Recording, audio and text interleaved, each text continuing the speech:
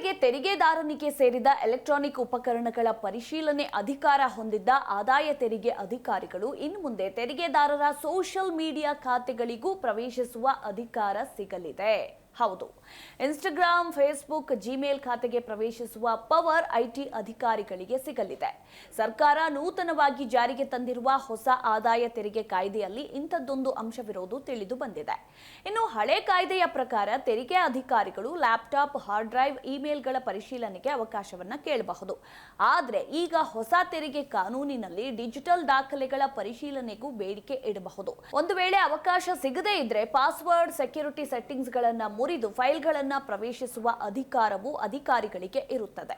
ಈ ಕಾಯ್ದೆಯ ಪ್ರಕಾರ ತೆರಿಗೆ ಕಳ್ಳತನದ ಅನುಮಾನ ಬಂದರೆ ಇಮೇಲ್ಗಳು, ಸಾಮಾಜಿಕ ಜಾಲತಾಣ, ಬ್ಯಾಂಕ್ ಮಾಹಿತಿ, ಹೂಡಿಕೆ ಖಾತೆಗಳನ್ನು ಕೆಲ ಪ್ರಕರಣಗಳಲ್ಲಿ ಪರಿಶೀಲಿಸಬಹುದು. ಇನ್ನು ತೆರಿಗೆದಾರನ ವರ್ಚುವಲ್ ಡಿಜಿಟಲ್ ಸ್ಪೇಸ್ನಲ್ಲಿರುವ ದಾಖಲೆಗಳನ್ನು ಬಲವಂತವಾಗಿಯೂ ಕೂಡ ಪರಿಶೀಲಿಸಲು ಇದು ಅವಕಾಶ ಮಾಡಿಕೊಡ್ತದೆ.